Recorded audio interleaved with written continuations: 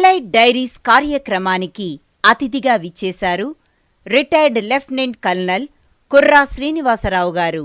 సామాజిక సేవా కార్యక్రమాల్లో ముందుంటున్న శ్రీనివాసరావు గారు ఆంధ్రప్రదేశ్ రాష్ట్రంలోని గుంటూరు జిల్లా అప్పికట్ల గ్రామంలో జన్మించారు. కుటుంబ నేపథ్యం వ్యవసాయం. న్యూఢిల్లీలోని ఆర్మీ హెడ్ క్వార్టర్స్లో జాయింట్ డైరెక్టర్గా పనిచేసిన అనంతరం 2009లో వాలంటరీ రిటైర్మెంట్ పొందారు. హైదరాబాద్ కేంద్రంగా Sai core security and services private లిమిటెడ్ను స్థాపించారు. సామాజిక సేవలో భాగంగా అసోసియేషన్ సాయి కొరియన్ పేరిట ఒక సంస్థను నెలకొల్పారు ఆయన. మేడ్చల్ సమీపంలోని గౌడవెల్లి గ్రామంలో కృషి హోమ్ అనే ఎన్జీఓ ద్వారా 100 మందికి పైగా వీధి బాలలకు బంగారు భవిష్యత్తునందించే పనిలో ఉన్న రిటైర్డ్ లెఫ్టినెంట్ కల్నల్ కుర్రా శ్రీనివాసరావు గారికి సవినీయంగా స్వాగతం పలుకుతోంది ఎలైట్ డైరీస్. Welcome sir. క్రమశిక్షణ, చేస్తున్న వృత్తి పట్ల అంకిత భావం, అచంచలమైన దేశభక్తి, కార్యసాధనలో నిబద్ధత, మూలాలు మరవని వ్యక్తిత్వం, సామాజిక సేవలో సానుకూల దృక్పథం కలగలిసిన రిటైర్డ్ లెఫ్టినెంట్ కల్నల్ కుర్రా శ్రీనివాసరావు గారు తరతరాలకు చెరగని ఆదర్శమూర్తిగా నిలిచారు. Welcome to elite diaries. నమస్కారం సార్. నమస్కారం అండి. మీరు ఇండియన్ ఆర్మీలో లెఫ్టినెంట్ కల్నల్గా పనిచేస్తూ దేశానికి ఎంతో సేవ చేసిన మీరు ఈ ఎలైట్ డైరీస్ రావడం మేము ఎంతో అదృష్టంగా భావిస్తున్నాం. థ్యాంక్స్ అండి. ఈ అవకాశం వచ్చినందుకు, భారత సైన్యంలో పనిచేసిన అవకాశం నాకు భగవంతుడు కల్పించినందుకు నేను చాలా ఆనందంగా ఫీల్ అవుతున్నాను. సో మీరు అసలు ఇండియన్ ఆర్మీలోకి రావడానికి కారణాలు ఏంటి? అంటే మీరు ఎలా ఇన్స్పైర్ అయ్యారు? మీ ఫ్యామిలీ బ్యాక్గ్రౌండ్ ఏంటి?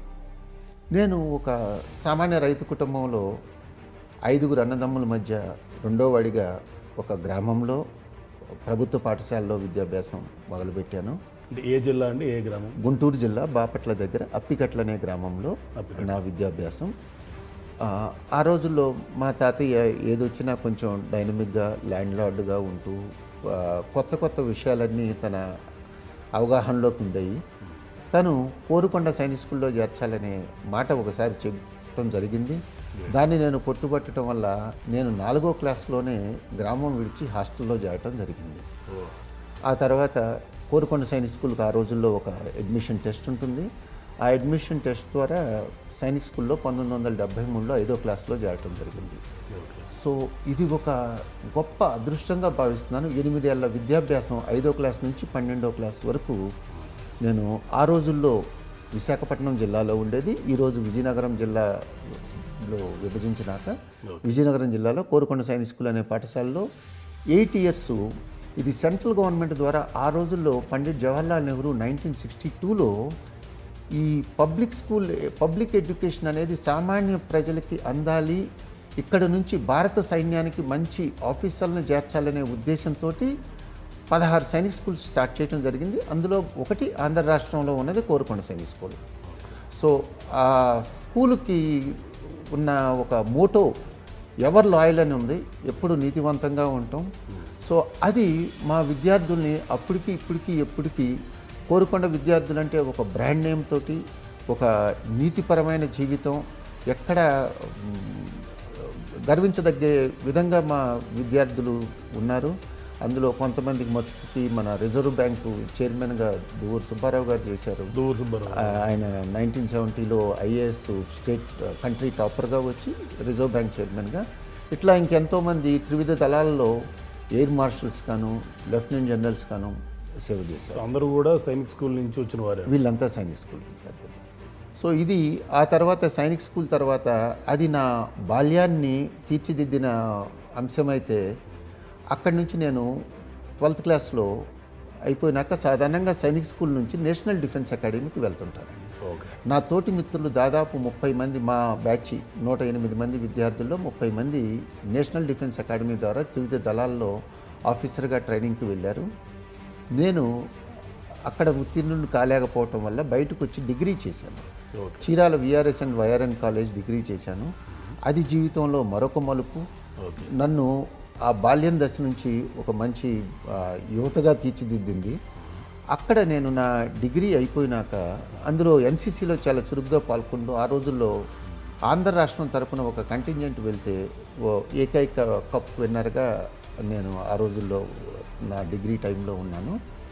ఆ తర్వాత డిగ్రీ అయిపోయినాక నేను కంబైన్డ్ డిఫెన్స్ సర్వీస్ ఎగ్జామినేషన్ ద్వారా మా రూట్స్ 5వ క్లాస్ నుంచి యూనిఫామ్ వేసుకునే కోరుకొండ స్కూల్లో ఆటల పాటలు యూనిఫాము డిసిప్లిన్ మధ్య పెరిగాం కాబట్టి దాని మీద మక్కువతోటి మళ్ళీ combined defence service examination UPSC exam రాసి ఇండియన్ మిలిటరీ అకాడమీకి 1986లో సెలెక్ట్ అయ్యామండి. ఇండియన్ మిలిటరీ అకాడమీ అగైన్ అక్కడ అది ఒక వీరత ఆర్ వివేక్ అనే ఒక సూత్రంతో, అంటే it is something like valour and bravery అన్నమాట. ఆ విజ్డమ్, వ్యాలర్ అండ్ విజ్డమ్ అనే సూక్తితోటి అక్కడ మేము ఒక గుడ్ హ్యూమన్ బీయింగ్గా, ఒక ఎల్డర్ పర్సన్గా వెళ్తే దాన్ని వాళ్ళు ఒక ఐరన్ రాడ్ లాగా అంత శక్తివంతంగా తయారు చేశారనమాట. యాక్చువల్గా మా ఇండియన్ మిలిటరీ అకాడమీ పైభాగంలో మసూరిలో ఐఏఎస్ ఇది అవుతుంటుంది. సో మా డ్రిల్ ఇన్స్ట్రక్టర్స్ కూడా చాలా చలోక్తిగా చెబుతుంటారు, పైన ఐఏఎస్ వాళ్ళకి కనపడాలి ఇక్కడ ఈ నిప్పు రవ్వలు ఏంది అంటే ఇక్కడ ఇనుము తయారవుతుంది డెహ్రాడూన్ బేస్గా ఈ రకంగా చెప్పేవాళ్ళు. సో ఆ రకంగా ఇండియన్ మిలిటరీ అకాడమీకి వెళ్ళటం, ఇండియన్ మిలిటరీ అకాడమీ నుంచి పాస్ అవుట్ అయ్యి భారత సైన్యంలో main fighting arms foot soldier పదదళం అంటారు, ఇన్ఫంట్రీ. ఆ ఇన్ఫంట్రీలో కూడా దాదాపు మన భారత సైన్యము caste, community, creed, region basis మీద రెజిమెంట్స్ ఏర్పడతాయండి. సిక్కు, సిక్కలై, పంజాబ్, జాకలై, ఈ రకంగా మరాఠా, మహార్, మద్రాస్ రెజిమెంట్ అనేది మన 4 రాష్ట్రాలకి ఇక్కడి నుంచి వచ్చే సైన్యం ద్వారా ఏర్పడే. 4 రాష్ట్రాలు అంటే ఆంధ్రప్రదేశ్, తమిళనాడు, కేరళ, కర్ణాటక, ఇప్పుడు తెలంగాణ, ఈ గోవా, పాండిచ్చేరి, ఈ రాష్ట్రాలు కలిపి మద్రాస్ రెజిమెంట్. మద్రాస్ రెజిమెంటు. ఇటువంటి నేను ఏ ప్రాంతం నుంచి వచ్చానో అటువంటి ప్రాంతాన్ని నుంచి వచ్చిన జవాన్లు ఉన్న రెజిమెంట్లోకి రావటం కూడా అది నేను ఒక అదృష్టంగా భావిస్తాను. సో ఆ రెజిమెంట్లో నేను 22.5 ఏళ్ళు సర్వీస్ చేసి చివరి 3.5 ఏళ్ళు నేను ఆర్మీ హెడ్ క్వార్టర్లో చేశాను. ఈ సర్వీస్లో దాదాపు నేను 12 ఏళ్ళు జమ్మూ కాశ్మీర్లో 3 పర్యాయాలు, నార్త్ ఈస్ట్లో పంజాబ్ ఇన్సర్జెన్సీ ఉన్నప్పుడు 89, 90లో అక్కడ ఒకసారి. సో ఇది ఒక సదవకాశం. దీంట్లో డైరెక్ట్ యుద్ధం, మా సర్వీస్ టైంలో యుద్ధం అనేది ఒక రాకపోయినా ఇన్సర్జెన్సీలో నిజంగా ఎన్నో సదవకాశాలు, మనము ఆర్మీలోకి వెళ్ళినందుకు లైవ్ బుల్లెట్స్ అండ్ కొంచెం యాక్షన్ చూసిన తృప్తి ఎంతో కలిగింది. మీ పిల్లలు ఎంతమంది అండి? మాకు ఒక పాప అండి. మేము ఝాన్సీ దగ్గర బదీనా అనే ఒక చిన్న పట్టణంలో ఆర్మీ కంటోన్మెంట్లో ఉన్నప్పుడు మధ్యప్రదేశ్లో అక్కడ జన్మించింది 1991లో. ఆ తర్వాత మా ఆర్మీ సర్వీస్ నేపథ్యంలో ఆమె కూడా చాలా చక్కటి అవకాశాలు, ఈ 12 క్లాసులు దాదాపు 12 ప్లేసుల్లో చదివే అవకాశం వచ్చింది. ప్రతి సంవత్సరం 2 సంవత్సరాలు వేరు వేరు రాష్ట్రాల్లో, నార్త్ ఈస్ట్ కాడ నుంచి నార్త్ వెస్ట్ కాడ నుంచి నార్దర్న్ మోస్ట్ జమ్మూ కాశ్మీర్ కాడ నుంచి అన్ని ప్లేసుల్లో చదివే అవకాశం వచ్చింది. ఫైనల్గా మా రిటైర్మెంట్ తర్వాత తన 12th క్లాస్ అయిపోయింది. అదే సమయంలో ఇక్కడికి వచ్చి మన డిఎస్ఎన్ఎల్యు అని లా యూనివర్సిటీలో లా పూర్తి చేసింది. లా పూర్తి చేసి 2016లో వివాహం అయిందండి. తను ఇక్కడే హైకోర్టులో లా ప్రాక్టీస్ చేస్తుంది. ఇప్పుడు అల్లుడు కూడా మా పక్క జిల్లా అయిన కృష్ణా జిల్లా నుంచి ఇక్కడే ప్రొఫెసర్గా చేస్తున్నారు. ఆయన యూకేలో పిహెచ్డి చేసి వచ్చి ఇక్కడ పక్కన బీవీఆర్ఐటి కాలేజీలో ప్రొఫెసర్ వృత్తి చేపట్టారు. గత 2 సంవత్సరాలుగా తను సివిల్ సర్వీస్ ఎగ్జామినేషన్కి యాస్పైర్ చేసే పిల్లలకి తను ఫ్యాకల్టీగా ఉంటూ అదే సమయంలో తను కూడా సివిల్ సర్వీస్కు ప్రిపేర్ అవుతున్నారు. ఇప్పుడు ఈరోజు 19వ తారీఖు, వచ్చే నెల ఇదే తేదీన తన ఇంటర్వ్యూ ఢిల్లీలో సివిల్ సర్వీసెస్కి ఉందండి. సో మేమంతా గత 4 ఏళ్లుగా ఒక చక్కటి ఉమ్మడి కుటుంబంగా, మేము, మా అమ్మాయి, అల్లుడు, ఇప్పుడు 2 మనవళ్ళు గత 3 ఏళ్లలో అందరం 6 కలిసి ఒక చక్కగా ఉమ్మడి కుటుంబంలో హిల్ కౌంటీలోనే కూనూర్ 8Cలో ఉంటున్నామండి. Very good, very good. Jammu కాశ్మీర్లో 99లో వార్ జరిగింది. తర్వాత జమ్మూ కాశ్మీర్ గురించి డీటెయిల్స్ ఏమైనా చెప్పగలుగుతారా? మనకి అందరికీ ఈ మధ్య కాలంలో తెలిసింది 1999లో జరిగిన కార్గిల్ యుద్ధం అనే కన్నా ఒక చిన్న సంఘటన అని చెప్పొచ్చు. కాశ్మీర్ విషయంకి వచ్చేదలికి మనం చరిత్రలోకి 1947కి వెళ్ళవలసిన అవసరం ఉంది. అసలు ఈ కాశ్మీర్ ఈరోజు ఉన్న పరిస్థితి కలగటానికి కారణాలు అనేది ఒక్కసారి నెమరవేసుకోవాల్సిన అవసరం ఉంది. మన దేశానికి స్వాతంత్రం వచ్చినప్పుడు ఆ రోజు బ్రిటిష్ సామ్రాజ్యం కల్పించిన అవకాశాల్లో ఆ రాజ్యాలకి కొంతమందికి స్వయం ప్రతిపత్తి వాళ్ళు నిర్ణయించుకునే అవకాశం కల్పించింది. అందులో కొన్ని రాష్ట్రాలు, ఒక రాజ్యాలు హైదరాబాదు, జునాగఢ్, జమ్మూ కాశ్మీరు మహారాజా హరిసింగ్ అనే రాజు, హిందూ రాజు చేత పాలించబడే ప్రాంతం. ఆ 47లో అవకాశం ఇచ్చిన మహారాజా గారు ఎటువైపు వెళ్ళాలి లేదా స్వయంగా ఉండాలి అని తేల్చుకునే లోపే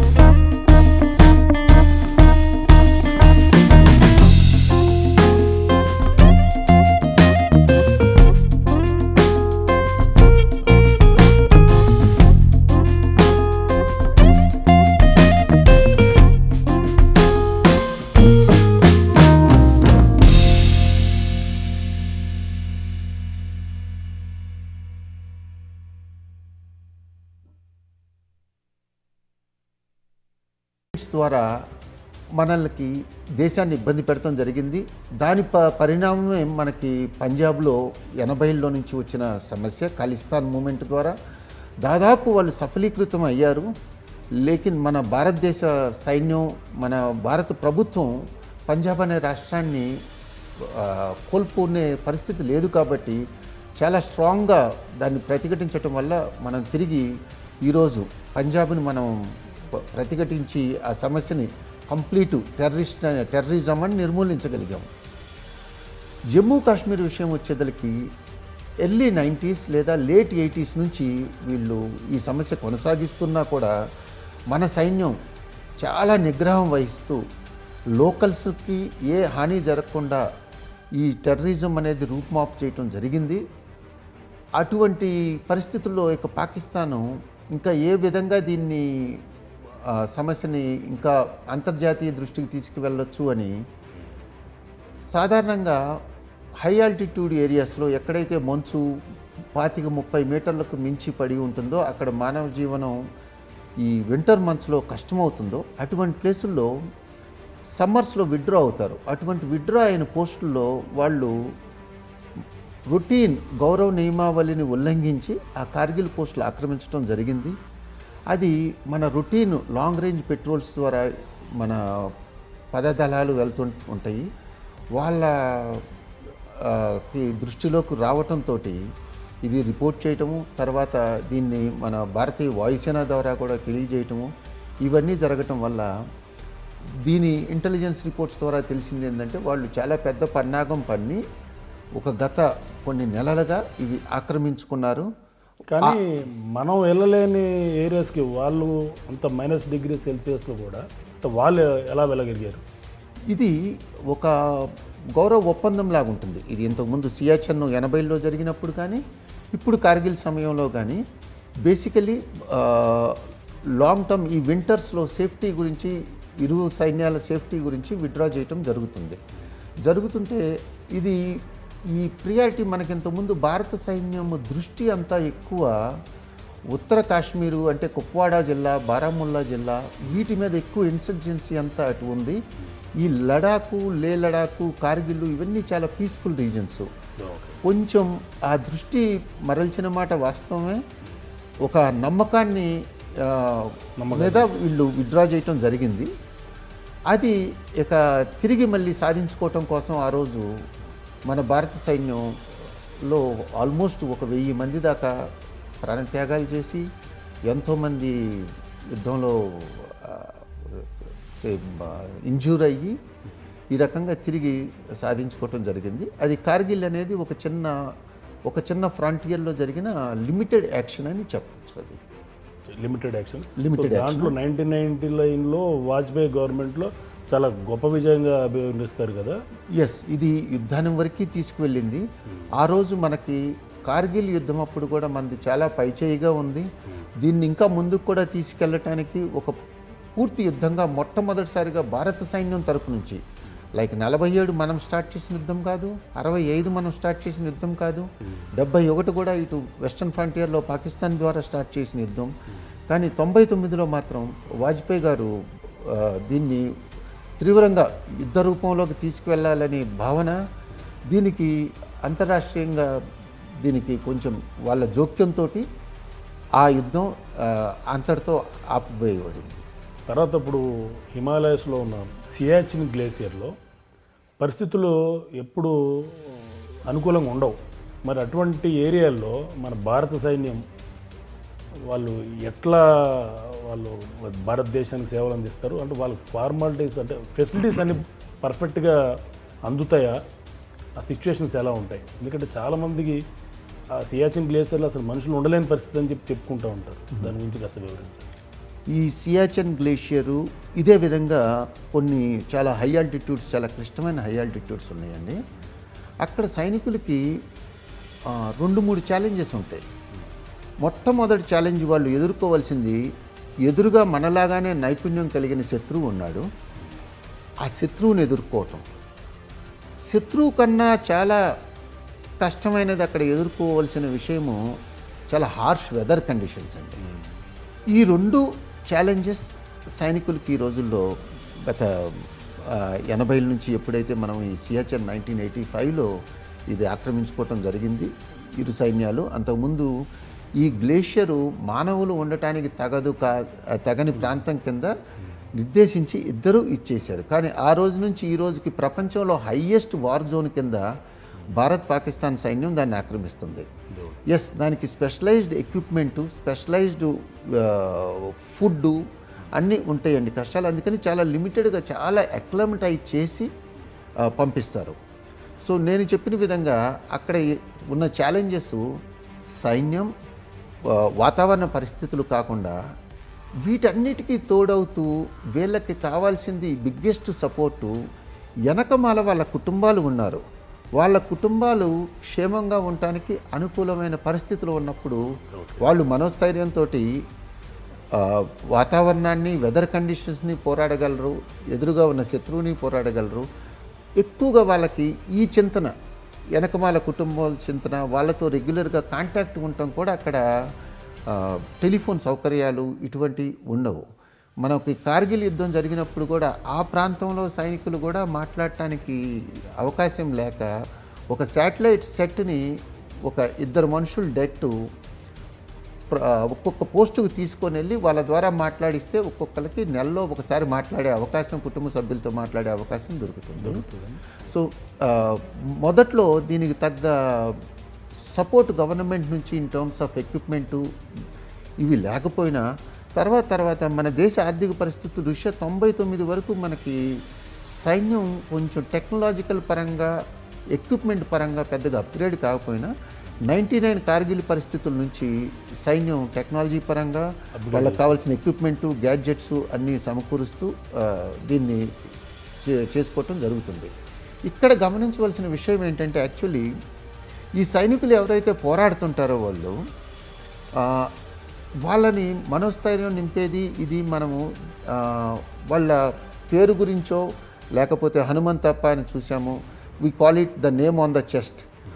వాళ్ళ ఛాతి మీద ఉన్న పేరు గురించి కాకుండా, మీరు ఇందాక చూశారు మా యూనిఫామ్ మద్రాస్ రెజిమెంట్, మా భుజాల మీద ఉన్న రెజిమెంట్, ఆ రెజిమెంటు మా యూనిట్ గౌరవం కోసం ప్రాణాలకైనా తెగించి ఆడ ఉద్యోగం చేయటం జరుగుతుంది వాళ్ళకి ఇటువంటి ప్రాంతాల్లో. ఇప్పుడు అక్కడ కూడా ఎల్ఓసి అంటే బోత్ కంట్రీస్ ఎల్ఓసి మెయింటైన్ చేస్తున్నారండి, కంట్రోల్. అవునండి. పాకిస్తాన్ వాళ్ళకి ఇండియా సియాచిన్ ప్రాంతంలో కూడా క్లియర్ కట్గా మెయింటైన్ చేస్తారు. అవును, లైన్ ఆఫ్ యాక్చువల్ కంట్రోల్ అనేది యాక్చువల్లీ ఒక imaginary line passing between the 2 nations. మనకి ఇక్కడ రన్ ఆఫ్ కచ్ నుంచి మనకి ఇంటర్నేషనల్ బోర్డర్ ఉంటుందండి. ఇంటర్నేషనల్ బోర్డర్ ఏమన్నా మన 2 రాష్ట్రాలని విభజించుతూ ఒక క్లియర్ ఫెన్స్ ఉంది. ఆ ఫెన్స్ ఎలక్ట్రిక్తో ఉండి, లైటింగ్తో ఉండి, చాలా క్లియర్ డిమార్కేటెడ్ ఏరియా ఉంది.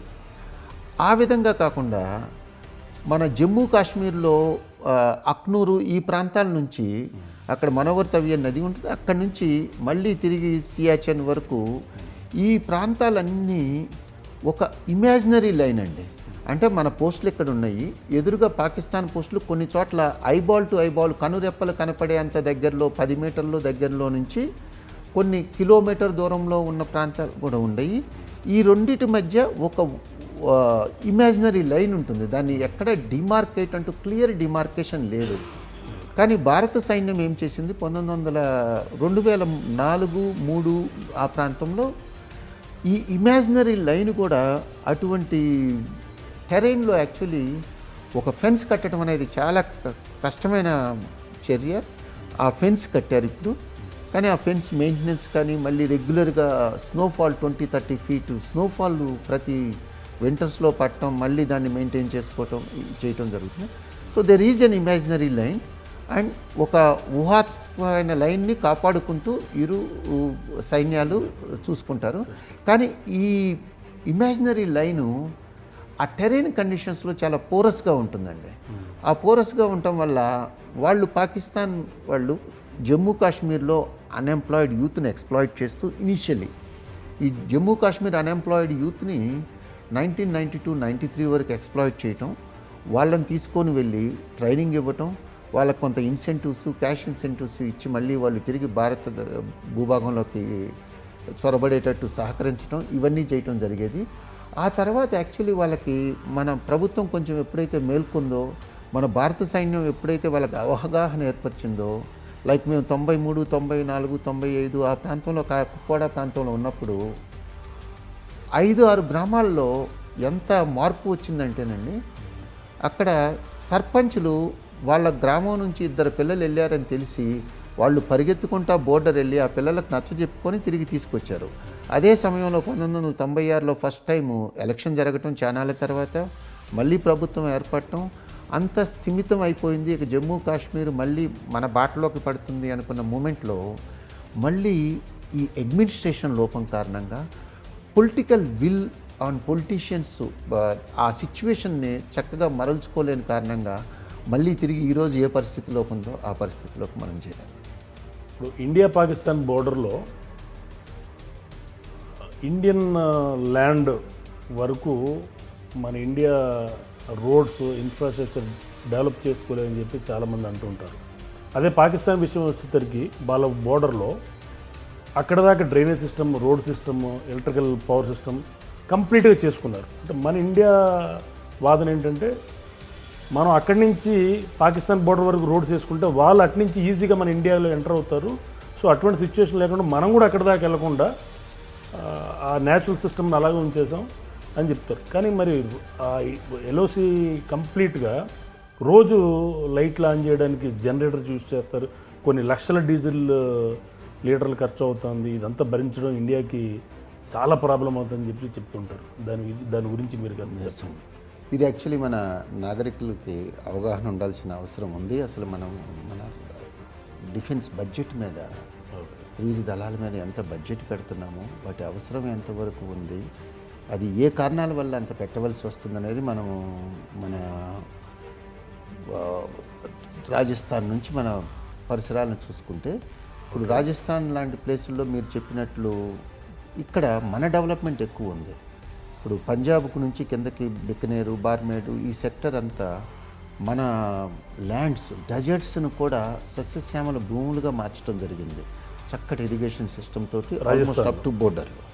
కానీ అది వాళ్ళ సైడ్కి వెళ్తే కొన్ని కిలోమీటర్లు వాళ్ళు కనీసం వాళ్ళకి ఫైనాన్షియల్ స్టెబిలిటీ లేదు, డెవలప్మెంట్ లేక, అది మనకు చాలా క్లిష్టంగా క్లియర్గా తెలిసిపోతుంది.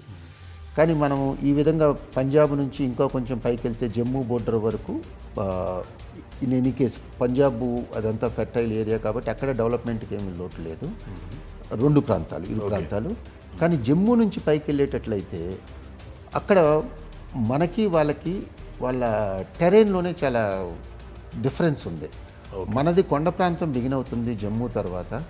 మన బోర్డర్స్ అన్నీ ఆల్మోస్ట్ కొండ అంచులు, ఎక్కడైతే నదులు కలిసి పాకిస్తాన్లోకి వెళ్తున్నాయో, లేకపోతే మనము ఇటు సైడ్ నుంచి ఆ లేఅవుట్ ఆఫ్ మౌంటైన్స్ ఎట్లా ఉంటుందంటే మనకి స్టీప్ క్లైమ్ ఉంటుంది, మనం ఓవర్లుక్ చేస్తున్నాము. వాళ్ళ ప్రాంతం వెనకమాలంతా మోస్ట్లీ వ్యాలీస్ లాగా ఉన్నాయి. ఇది పైకి ఇదే విధంగా వెళ్తే ఊరి సెక్టరు, ఆ పైకి వెళ్తే ఇంకా కుప్వాడా జిల్లాలు ఆ ఏరియాకి వెళ్తే వాళ్ళు డైరెక్ట్ మనం కొన్ని వందల కిలోమీటర్లు, ఆల్మోస్ట్ 100-150 కిలోమీటర్స్ కొండ ప్రాంతం నుంచి వచ్చి అక్కడ కుప్వాడా ఏరియాలకు వెళ్తే వాళ్ళకి ఇమీడియట్ వ్యాలీస్ ఉన్నాయి. సో వాళ్ళకి రోడ్ ఇన్ఫ్రాస్ట్రక్చర్ డెవలప్మెంట్ కానీ, వాళ్ళకి లాజిస్టిక్స్ ఇమీడియట్గా దగ్గరకు రావడానికి కానీ వాళ్ళకి కొంచెం అవకాశాలు ఎక్కువ. మనది ఇంతకు ముందు లేకపోయినా కానీ గత 2.5 దశాబ్దాలుగా దీని గురించి బోర్డర్ రోడ్స్ కానీ, ఈ ఫెసిలిటీస్ కానీ, మెయిన్ లైన్స్ ఆఫ్ కమ్యూనికేషన్స్లో వెళ్ళటానికి వెహికల్ కమ్యూనికేషన్సు, లేదా నడక వెళ్ళటానికి కనీసం రోడ్ కమ్యూనికేషన్సు, లేదా టెలిఫోనిక్ కమ్యూనికేషన్సు, ఈ వసతులన్నీ యాక్చువల్లీ ఇంతకుముందు మీద చాలా వరకు మెరుగుపడినాయి. ఇక మిగతావి వాటర్, ఫుడ్, బాడీస్ వార్మ్గా ఉంచుకోవటానికి, లేదా మన లైటింగ్ కోసం, బోర్డర్ లైటింగ్ కోసం ఏదన్నా డీజిల్ కానీ, ఇవన్నీ ఒక నైట్ మేరేనండి. ఇప్పుడు కూడా మనకి చాలా ప్రాంతాల్లో ఈ లాజిస్టిక్ సపోర్ట్ కోసం మనం యానిమల్స్ని యూజ్ చేస్తుంటాం. మ్యూల్స్, 80 మ్యూల్స్ అని, అవి ఆ మ్యూల్స్ని వాడతాం అన్నమాట కొండ ప్రాంతాల్లో ఈ లోడ్ క్యారింగ్కి. ఇవి కాకుండా దీన్ని లోకల్ ఎంప్లాయ్మెంట్గా కూడా అక్కడ లోకల్ పోర్టర్స్ కొంతమంది ఈ వింటర్స్కి ముందే ఆల్మోస్ట్ ఒక 3 months అచ్చం ఈ వింటర్స్ కోసం డంపింగ్ యాక్టివిటీ బిగిన్ అవుతుంది, లాజిస్టిక్ రేషన్. సో ఇది మనకున్న గ్రౌండ్ లేఅవుట్ కారణంగా ఇక అది తప్పని పరిస్థితి. అక్కడ ఏమి చేయలేని పరిస్థితి అండి.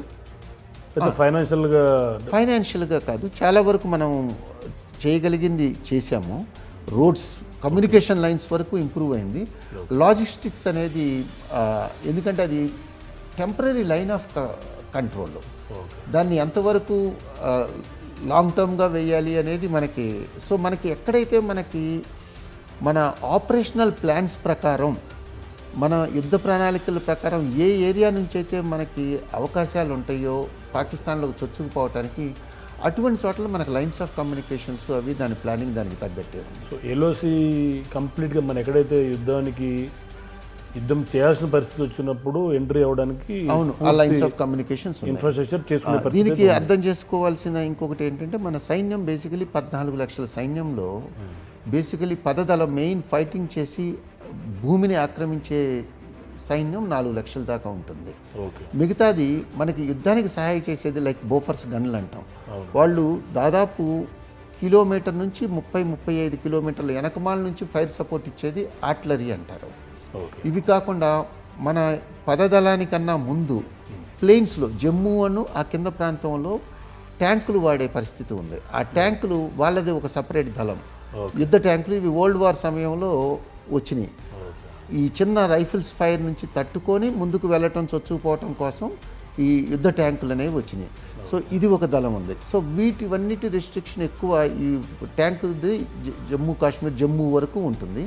ఆ పైభాగం అంతా పదదళం చేయాల్సింది. సో పదదళం చేయడానికి వాళ్ళు కావాల్సినంత లాజిస్టిక్ బిల్టప్ ఎక్కడెక్కడ మనకి అవసరమో అవన్నీ జరిగి ఉన్నాయి.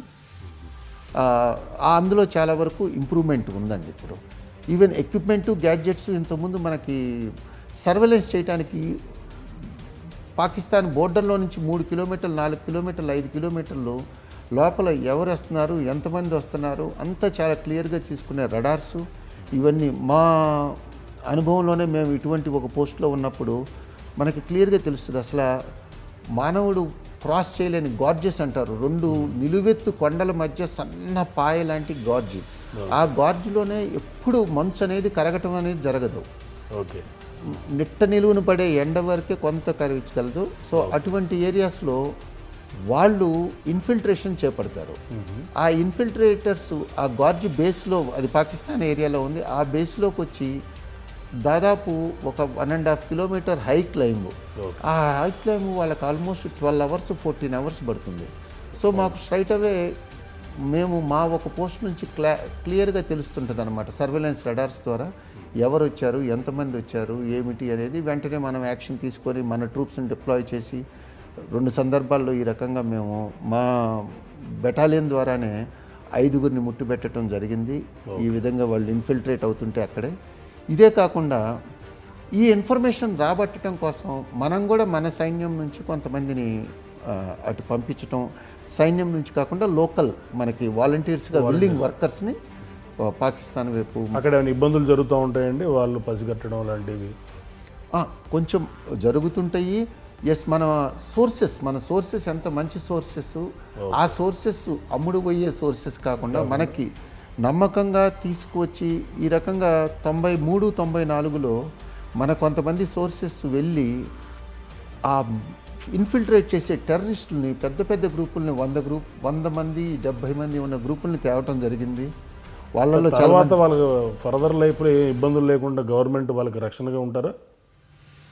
ఇక్కడ కొంచెం ఫెయిల్ అయ్యారు అడ్మినిస్ట్రేటివ్ పరంగా అనేది. ఎందుకంటే ఆర్మీ రెగ్యులర్గా మూవ్ అవుతూ ఉంటుంది. సో యాజ్ ఎ పాలసీ పరంగా ఈ సోర్సెస్ను పరిరక్షించుకోవటం అవి ఇంటెలిజెన్స్ విభాగం కిందకు వస్తుంది. అవి దీర్ఘకాలికంగా మనము కొద్దో గొప్ప సఫలితం అవ్వలేదని చెప్పవచ్చు. కానీ మన సోర్సెస్ మాత్రం రెగ్యులర్గా దాన్ని హ్యూమన్ ఇంట్ అంటారు.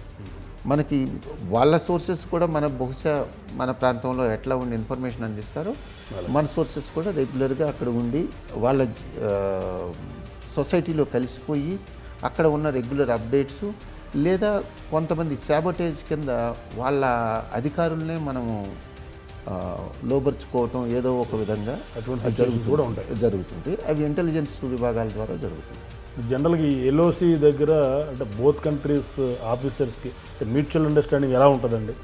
అంటే లాంగ్ టర్మ్లో పనిచేసే ఆఫీసర్స్ ఉంటారు. ఇది స్నేహపూర్వకం నుంచి స్నేహం నుంచి అవకాశం వచ్చి సిచ్యువేషన్ వస్తే ఒకళ్ళకొకళ్ళని తుదిముట్టించే వరకు ఉంటుంది. Actually we treat them as soldiers, uniform soldiers. వాళ్ళు వాళ్ళ దేశ రక్షణ కోసం వాళ్ళు మా ఎదురుగా పోరాడుతున్నారు. మనం ఎట్లా మన దేశ రక్షణ కోసం ఇచ్చేస్తున్నాము. So when we fight them it is not, మనం వాళ్ళని హేట్ చేయట్లేదు. దేశం కోసం పనిచేస్తుంది. We fight them, we shoot them, we kill them, not because we hate them. Right. మన వెనక ఉన్న దేశ నాగరికుల్ని మనం ప్రేమిస్తున్నాం కాబట్టి వారి గురించి వీళ్ళని ఇచ్చేస్తున్నాం. Otherwise there were instances when we ఈ ఇన్సర్జెన్సీ రాకముందు 80s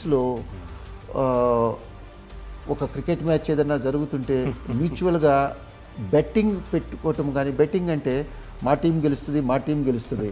సో వాళ్ళు ఏదన్నా ఒక బెట్లో మనకి కొంచెం మంచి, Pakistan use to have good singers and drama and ghazals, place బాగుండే, వాళ్ళు ఆ సీడీలు ఇవ్వటము, లేదా మన వాళ్ళు కోరిని ఏదన్నా వాళ్ళకి లిక్కర్ లాంటివి ఎక్కువగా దొరకవు, ఇట్లాంటివి చిన్నవి జరుగుతూ ఉంటాయి.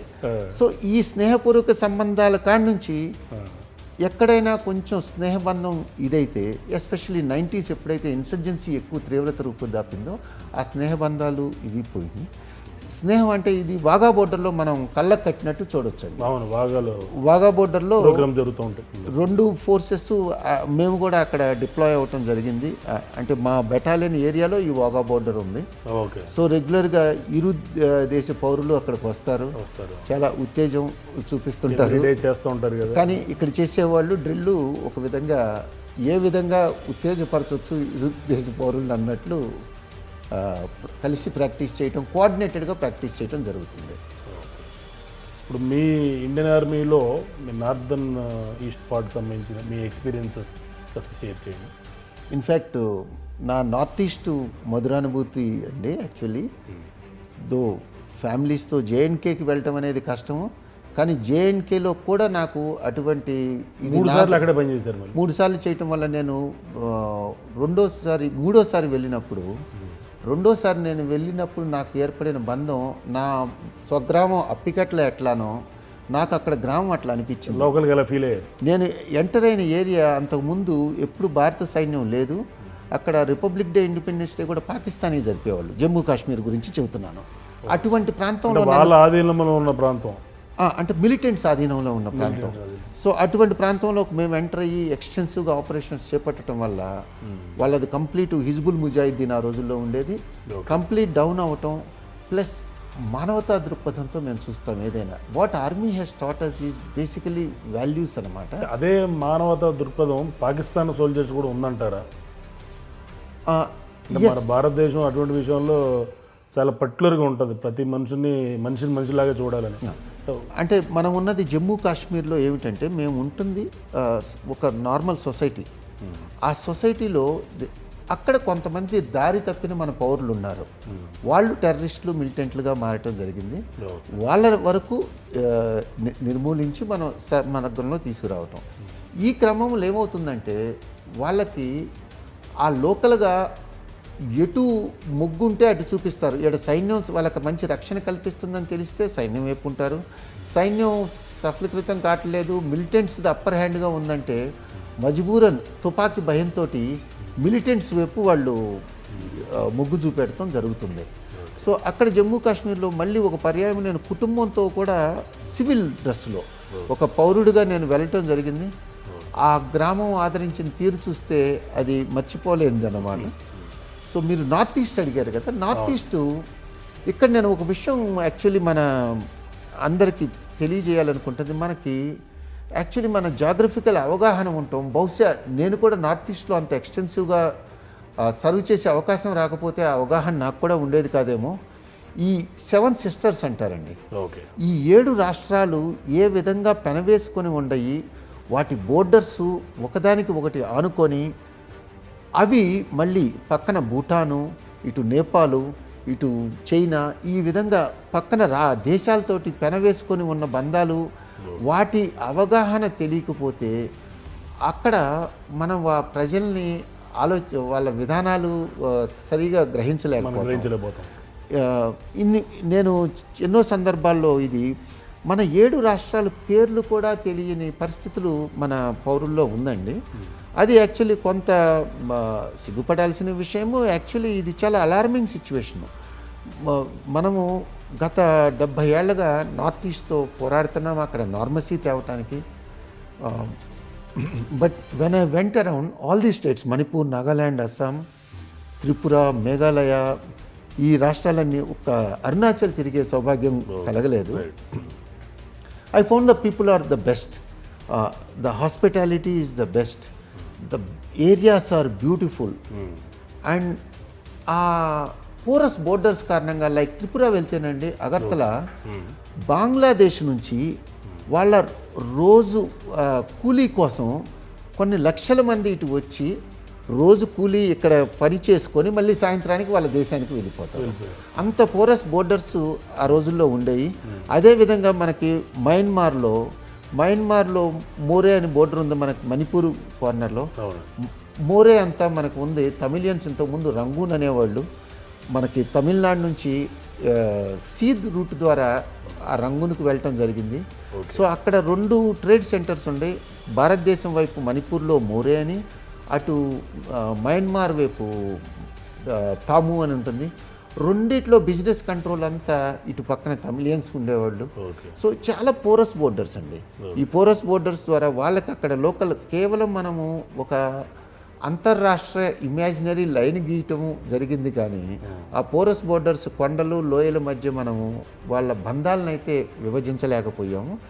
దీని కారణంగానే ఇప్పుడు మనకి ఈ ప్రభుత్వం ఇప్పుడు తీసుకొస్తున్న అసలు మన పౌరులు ఎవరు అది తెలిస్తే బర్నింగ్ ఇష్యూ మన పౌరులు ఎవరు అని తెలియటానికి ప్రభుత్వం కూడా ఎంతో కాంప్రమైజ్ అయింది. ఇంతకుముందు 60ల్లో వచ్చి సెటిల్ అయిన వాళ్ళు అనుకున్నాం, 80ల్లో 90ల్లో కాదు, గత 12 సంవత్సరాలుగా ఇప్పుడు 5 సంవత్సరాల వరకు ప్రభుత్వం దిగి ఈ విషయం కూడా ఒక నిగ్గు తేల్చాల్సిన అవసరం ఉంది.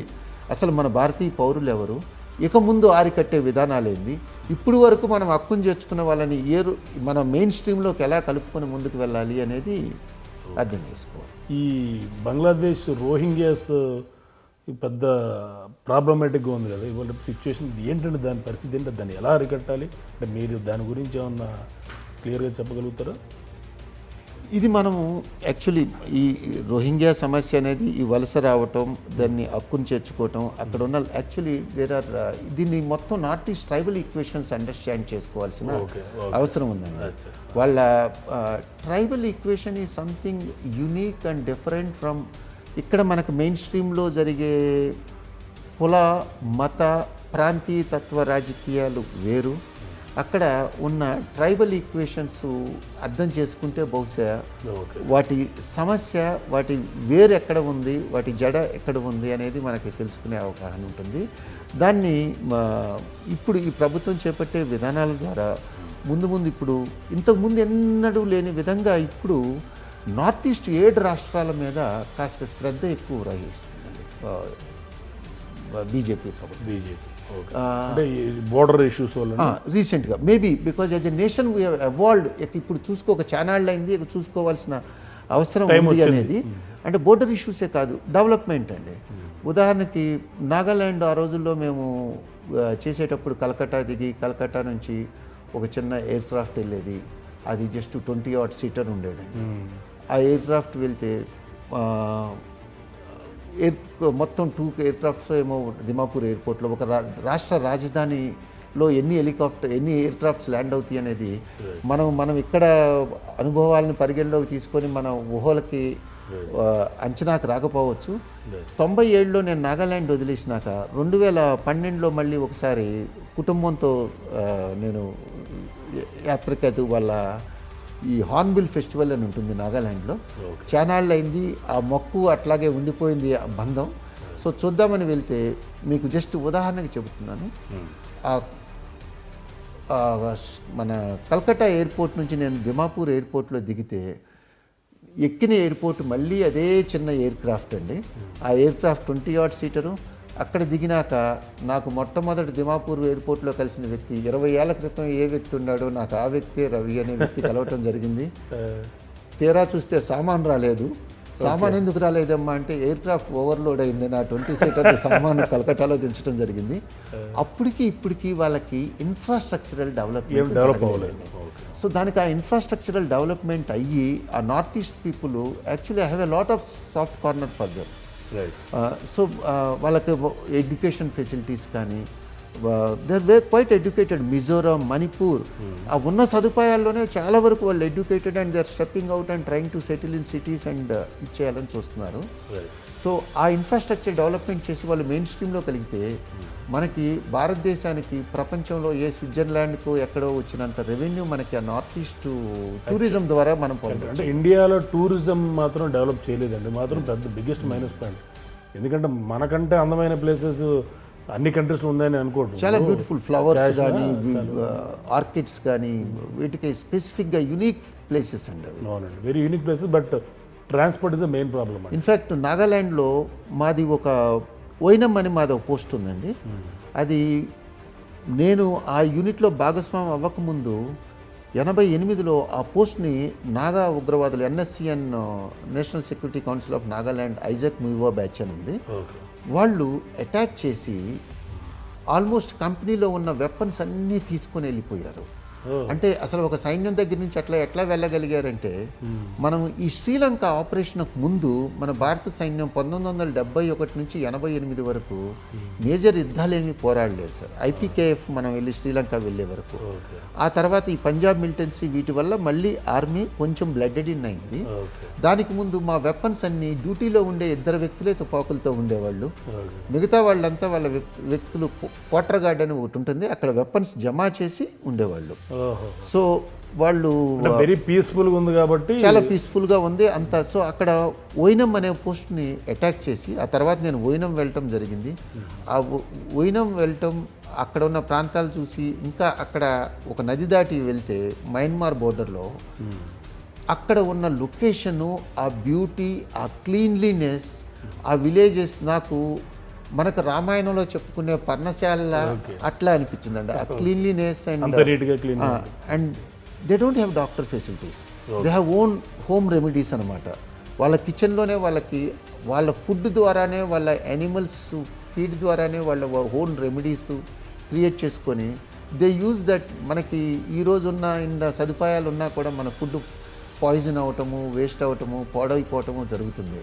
వాళ్ళు న్యాచురల్గా దొరికే స్మోక్ ద్వారా, సన్ ద్వారా, స్నో ద్వారా, ఇటువంటి సాల్ట్ ద్వారా ఇటువంటివి వాడుకొని వాళ్ళు వాళ్ళ ఫుడ్ను ప్రిజర్వ్ చేసుకుంటూ, వాళ్ళు రఫ్ వెదర్ కండిషన్స్తో కూడా పోరాడుతూ ఆ బోర్డర్స్లో వాళ్ళు నివాసిస్తున్నారు కనీస సౌకర్యాలు లేకుండా. ఇండియన్ ఆర్మీలో మీరు ప్రత్యేకంగా ఫీల్ అయిన అంశాలు ఏమిటి?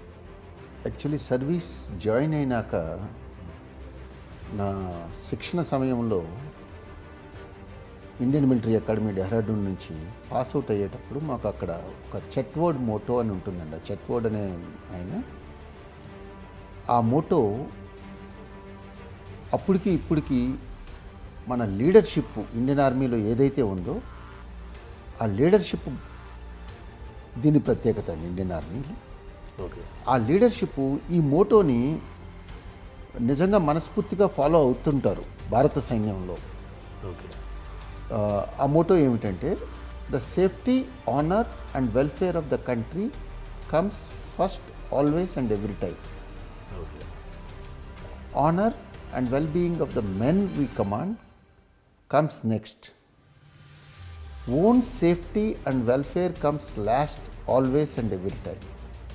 ఇది ఆ రోజు నుంచి ఈ రోజు వరకు 1987 డిసెంబర్ 19 ఇండియన్ మిలిటరీ అకాడమీ విడిన కాడి నుంచి ఈ రోజు వరకు నేను పాటించింది.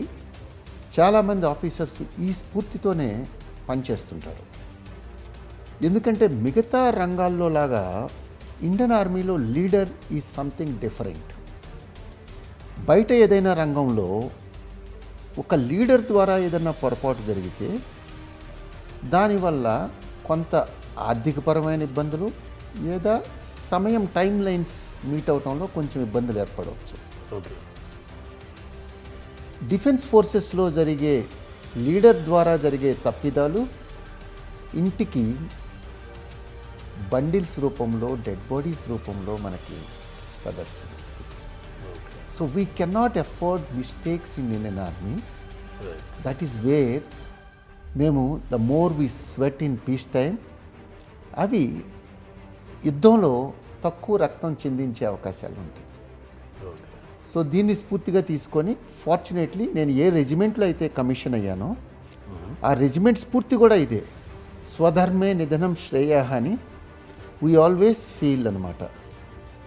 It is glory to die doing one's duty అని.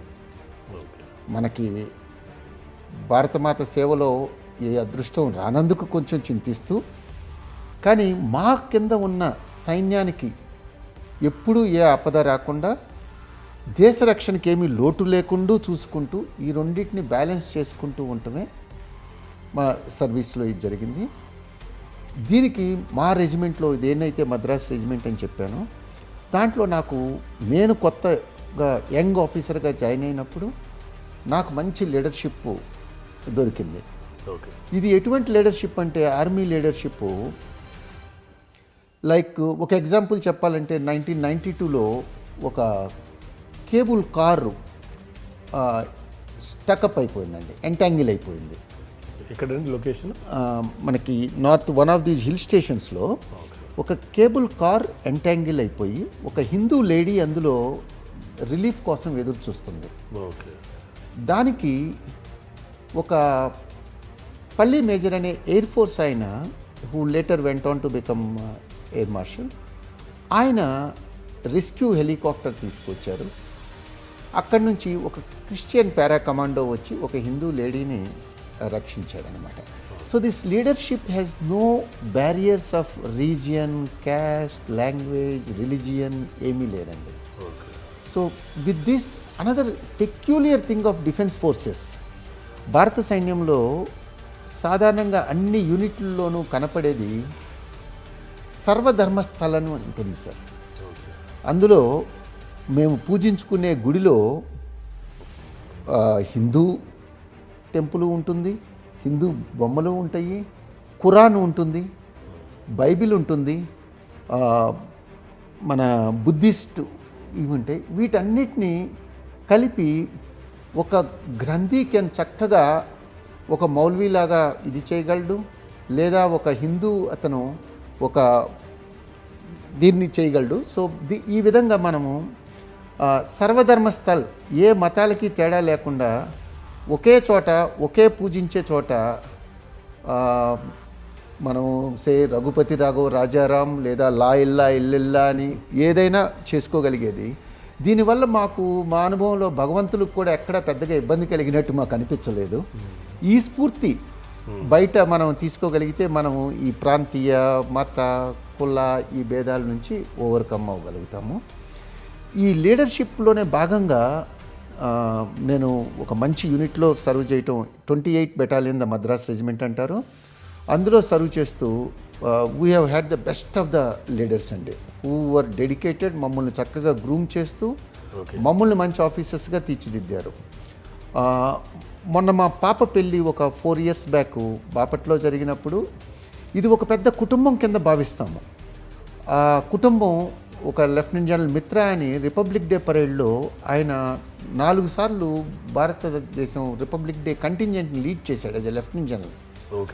ఆయన ఫ్యామిలీ, ఇంకా కొంతమంది అధికారులు, ఇదే కాకుండా మా 28 మద్రాస్ జవాన్లు దాదాపు ఒక 70-80 మంది ఈ పెళ్ళికి హాజరవటం, ఇది మళ్ళీ ఒక కుటుంబ సమ్మేళనంలాగా బాపట్లో జరుపుకోవటం జరిగింది. ఒక చిన్న చెప్పుకోదగిన విశేషం ఏమిటంటే, మా అమ్మాయి పెళ్ళి ఏ రోజైతే జరిగిందో అది ఆ లెఫ్టినెంట్ జనరల్ మిత్రా గారిది జన్మదినం అన్నమాట.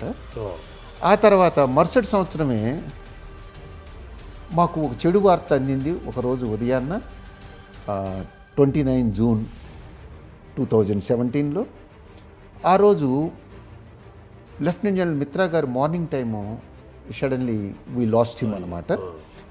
రిటైర్డ్ హాలత్లో ఆయన ఇంటికాడే చనిపోవటం జరిగిపోయింది. కలకట్టాలో ఆయన కలుద్దామని నేను ఆ సాయంత్రం బయలుదేరాను.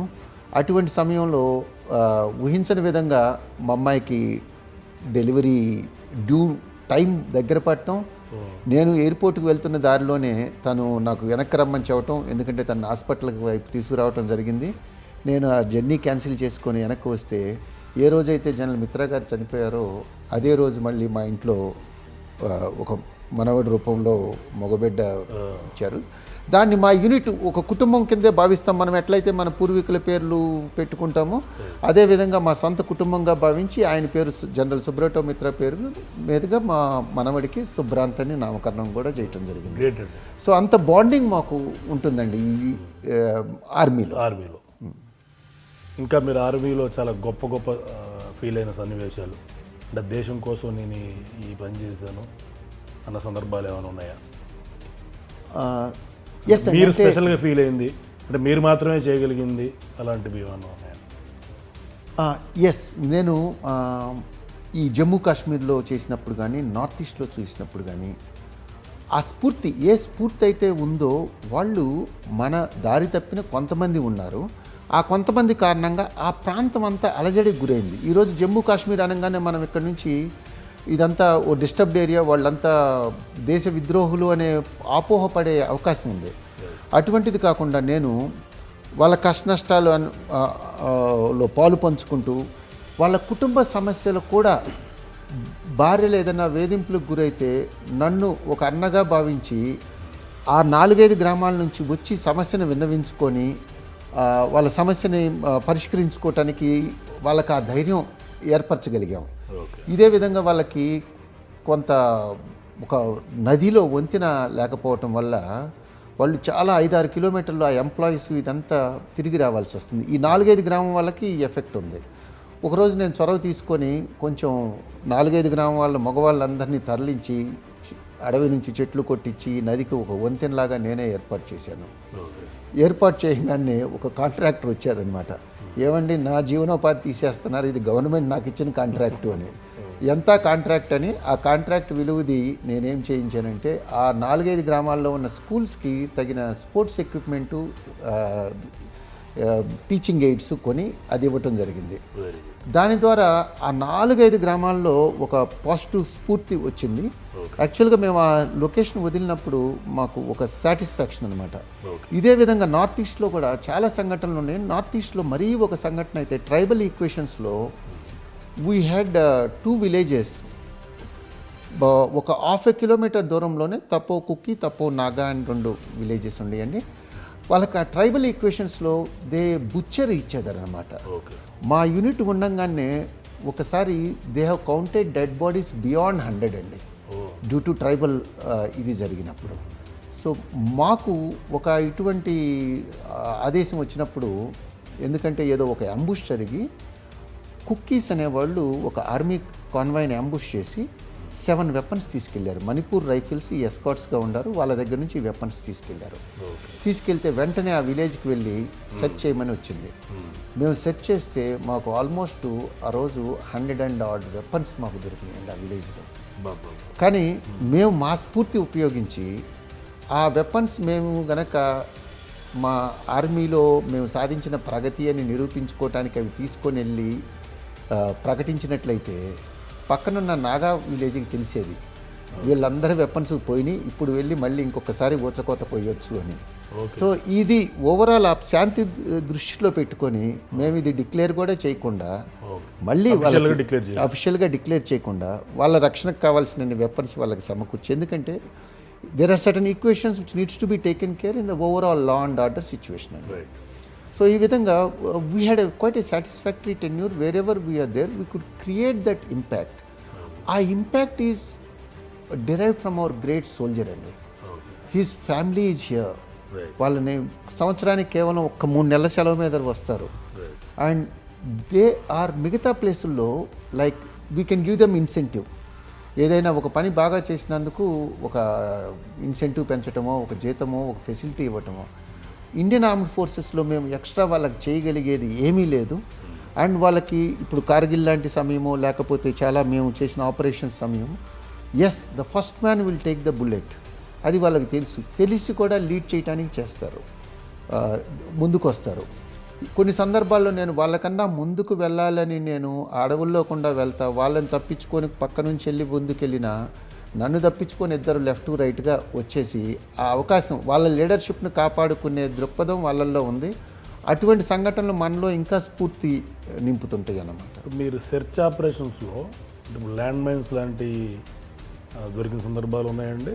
రెగ్యులర్గా ఇది మా అదృష్టవశాత్తు మా బెటాలియన్ ట్రైనింగ్లో కానీ చెప్పినట్టు మేము ఎవ్వరూ చేయనంత ట్రైనింగ్ ఈ ల్యాండ్ మైన్స్ విషయంలో అప్పట్లో డయానా గారు దీని గురించి చాలా అవగాహన కల్పించడానికి ప్రపంచంలో చూశారు. మేము ఎటువంటి ల్యాండ్ మైన్స్ కూడా అన్నీ మేము లైవ్ మైన్స్ని పీస్ స్టేషన్లో కూడా ప్రయోగించటం, వాటిని లే చేయటం, లైవ్ ఆర్మ్డ్ మైన్ మళ్ళీ వాటిని తీయటం. అందులో M16 మైన్ ఉంటుందండి, అది జస్ట్ 2.5 kgs వెయిట్ ఉంటే ఒక 180 మీటర్స్ ఏరియాలో కిల్లింగ్ జోన్గా ఏర్పరుస్తుంది. అటువంటి డెడ్లీ మైన్స్ని కూడా మేము ఇచ్చేయటం జరిగింది. ఇది మన 2001లో ఆల్మోస్ట్ మళ్ళీ యుద్ధం పొంచి ఉన్న సమయంలో కంప్లీట్ భారత్ పాకిస్తాన్ సైన్యం మధ్య ఈ ల్యాండ్ మైన్స్ కంప్లీట్ కొన్ని లక్షల్లో మైన్స్ వేయటం జరిగింది. లక్షల్లో మా యూనిట్ అంటే యావరేజ్ ప్రతి స్క్వేర్ మీటర్కి మినిమం 1 మైన్ వస్తుందండి యావరేజ్ ఫ్రంటేజ్లో.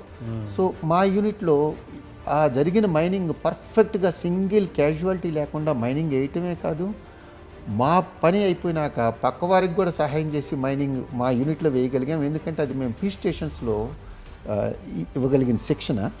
ఇదే ల్యాండ్ మైన్స్ ఎఫెక్ట్ ద్వారా జరిగేది కొన్ని వందలు. ఈ 2001లో నేను గంగానగర్ డెజర్ట్ ప్రాంతంలో ఉండి కొన్ని వందలు బ్లాక్ బక్స్ అంటారు, ఇవన్నీ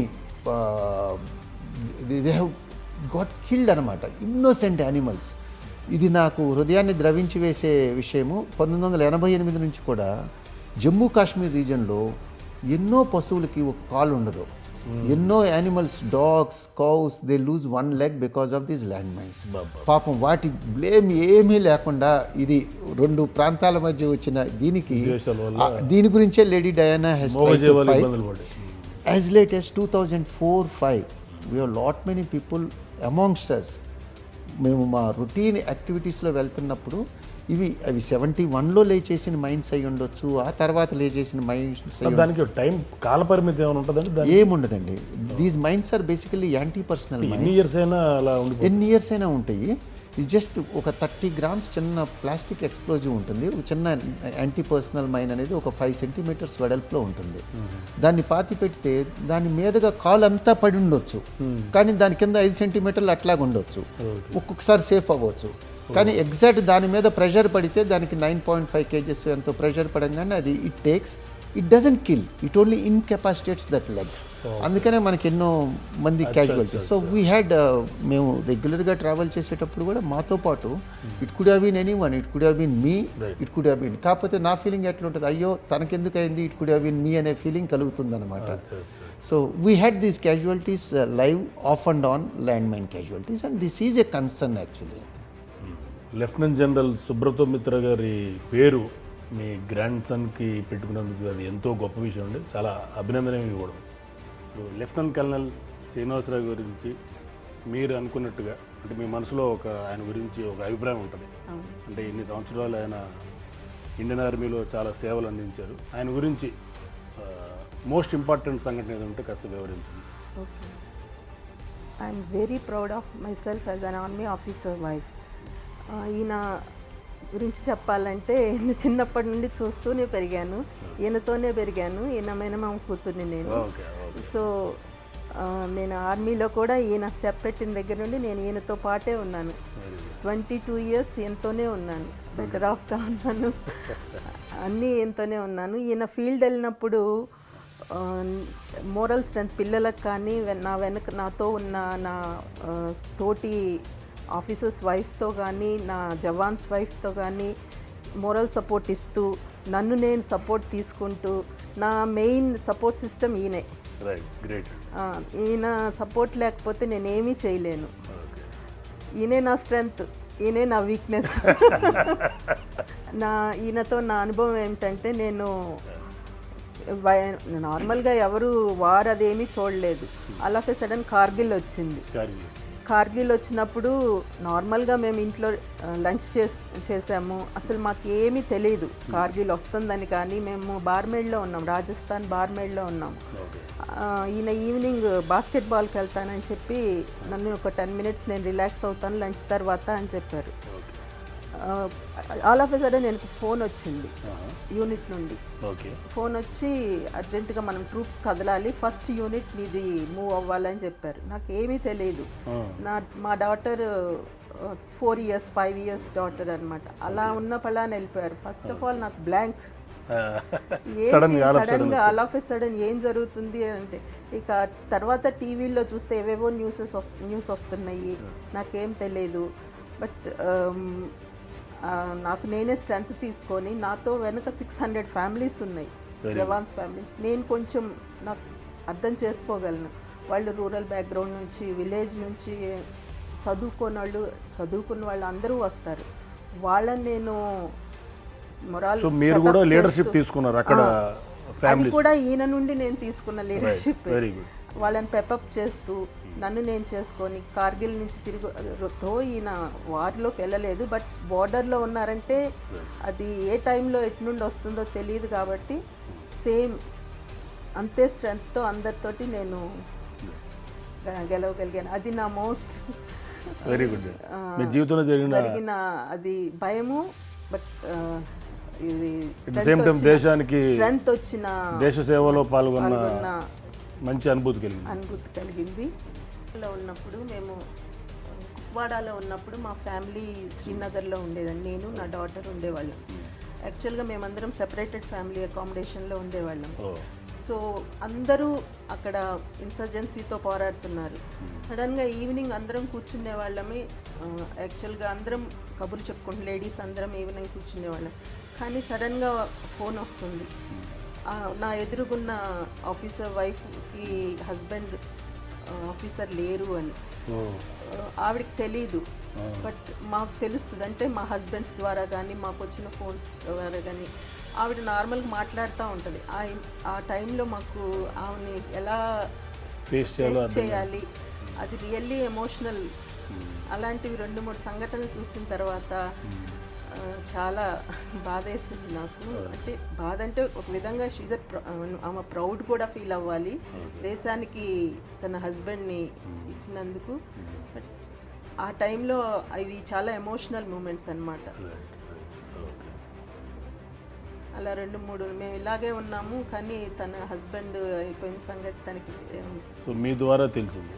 మా ద్వారా కాదు, మేము కూడా చెప్పకూడదు. మా పై ఆఫీసర్ వైఫ్ వచ్చి తనకి చెప్పాలి. అది ప్రోటోకాల్. అప్పటి వరకు తనతో ఉండి తనకి విషయం తెలియకుండా తన్ని హ్యాపీగా ఉంచడానికి నేను చాలాసార్లు ట్రై చేసి, అది నా జీవితంలో మరపురాని సంఘటన అది కూడా ఉంది ఒకటి.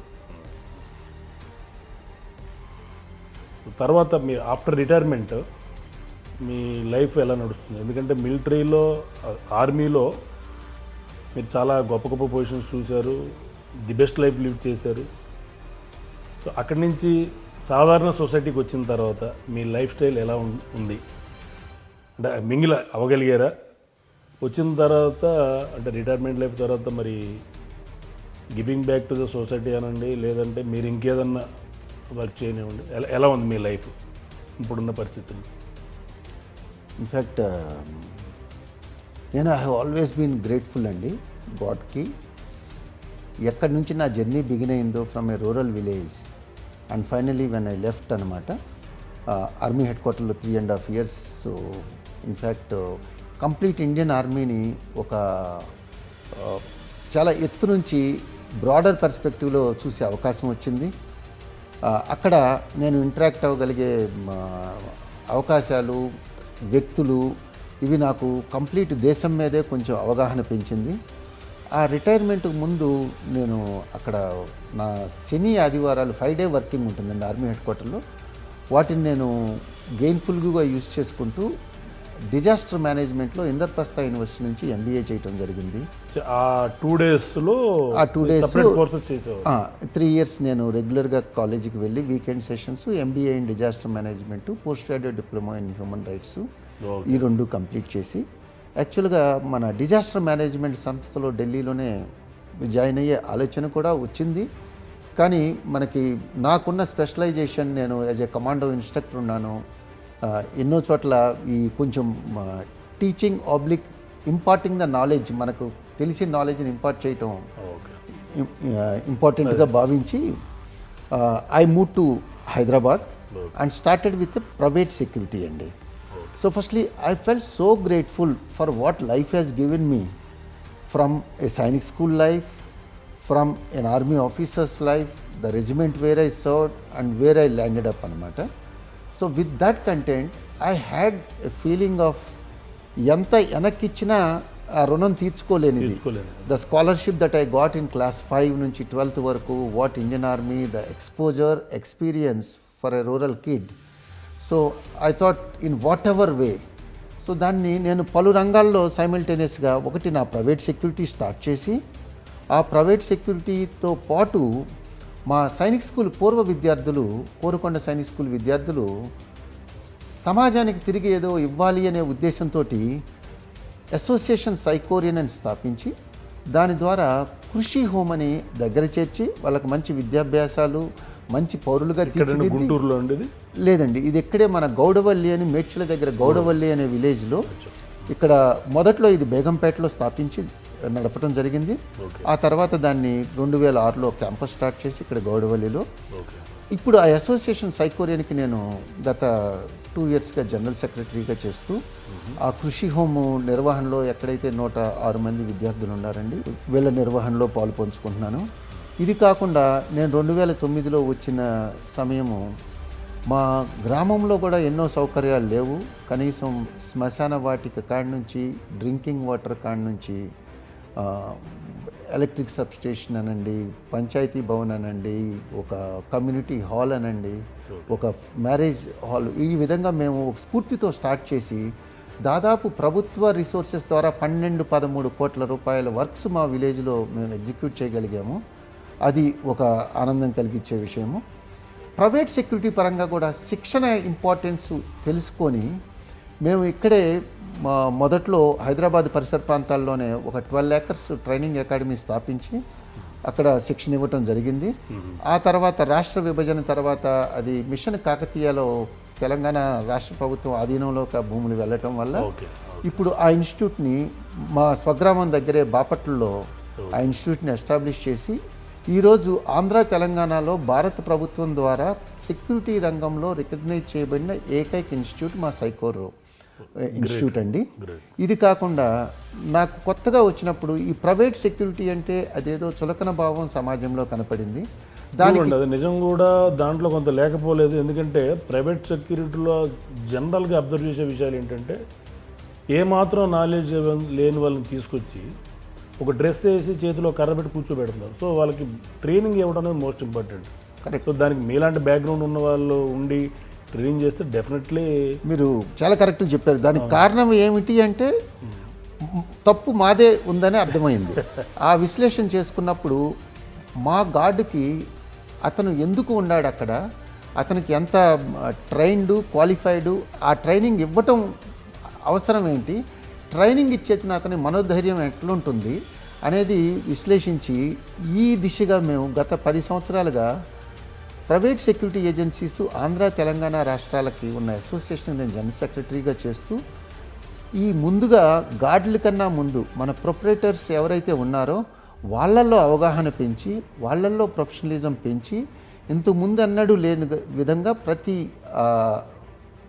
నెలలో ఆఖరి శుక్రవారం రోజు మేము కలవటం, 2-3 గంటలు ప్రొఫెషనల్ రీతిలో డిస్కషన్స్ చేసుకోవటం. అంటే మీరు ఓకేనండి, అంటే వాళ్ళకి మినిమమ్ అంటే క్వాలిఫికేషన్ కూడా ఉండాలి కదా. ఇప్పుడు చాలామంది చూస్తే ఇప్పుడు ఏటీఎం గార్డ్స్ దగ్గర కానీ, కాలనీ సొసైటీస్లో ఉన్న సెక్యూరిటీ గార్డ్స్కి అక్షరం రాని వాళ్ళని కూడా తీసుకొచ్చి సెక్యూరిటీ గార్డ్స్కి పెడుతున్నారు. వారితో పెద్ద ఇష్యూ అని అంటే నా అబ్జర్వేషన్. అవునండి, వారి ద్వారా చేసి ఇప్పుడు వాళ్ళల్లో కూడా ఎంతోమందిని సెక్యూరిటీ ట్రైనింగ్ ఇన్స్టిట్యూట్లు పెట్టమని ప్రోత్సహించి, కొంతమంది చేత కనీస వసతులతోటి చిన్నదైనా పెట్టిపిచ్చి, ఇప్పుడు ప్రస్తుతం గత 2 నెలలుగా, ఇంతకు ముందు కూడా ఎన్నో నడిపాము రాష్ట్రం అంతా, ఇప్పుడు గత 2 నెలలుగా కూడా మన ప్రైమ్ మినిస్టర్ కౌశల్ వికాస్ యోజన అని స్కిల్ ఇండియా స్కీమ్ కింద రికగ్నిషన్ ఆఫ్ ప్రియర్ లెర్నింగ్ అని, ఇప్పుడు మన ఉదాహరణకి ఇల్ కౌంటీలో గార్డులు ఉన్నారు, వాళ్ళు ఆల్రెడీ గార్డు వృత్తి చేస్తున్నారు.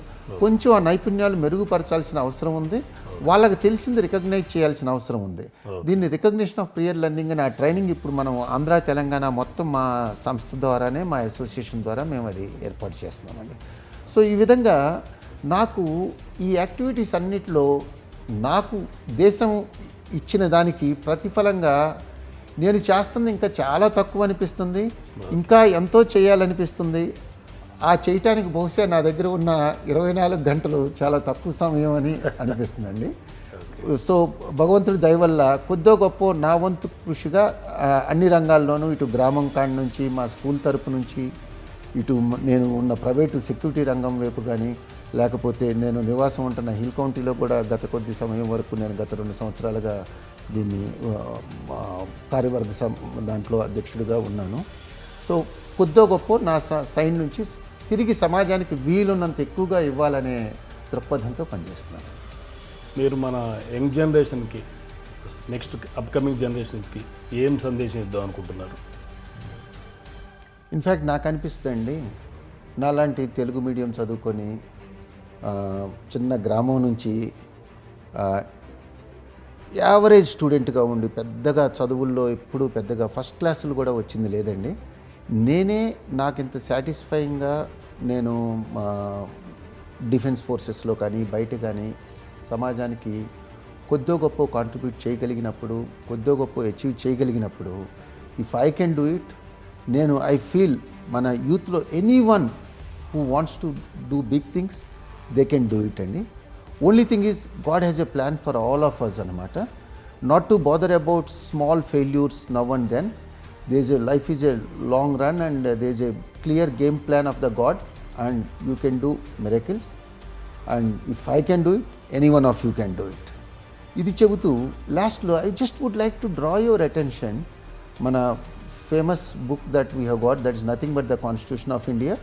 అందులో ఆర్టికల్ 51A అండి, we have got our fundamental duties as citizens of this country అనమాట. ఎస్పెషలీ అందులో I would like to draw attention to the E అండి. That is, I think we should concentrate on this to promote harmony and the spirit of common brotherhood amongst all the people of India, transcending religion, linguistic, regional or sectional diversities. ఇవి మనసులో పెట్టుకొని మనము మన దేశాన్ని మంచి పౌరులుగా ముందుకు తీసుకువెళ్లాల్సిన కనీస బాధ్యత భారత రాజ్యాంగం మన మీద ఉంచింది. దాన్ని మన యువతంతా ఫాలో అవ్వాలని నేను ఆకాంక్షిస్తాను. థ్యాంక్ యూ వెరీ మచ్ అండి. As a disciplined and dedicated citizen of India మీరు లెఫ్టినెంట్ కల్నల్గా చేశారు. సో మా ఎలైట్ డైరీస్ ప్రోగ్రామ్ వచ్చి చాలా విషయాలు, మీ జీవిత విశేషాలను పంచుకున్నందుకు ధన్యవాదాలు. థ్యాంక్స్ అండి. ఇన్ఫ్యాక్ట్ నేను SRP ఛానల్కి ప్రత్యేకంగా ధన్యవాదాలు చెప్పాలనుకుంటున్నాను ఈ అవకాశం కల్పించినందుకు. I think if this can motivate few people, my aim is achieved. Thank you. Thank you very much. Right. Please subscribe to SRP Live.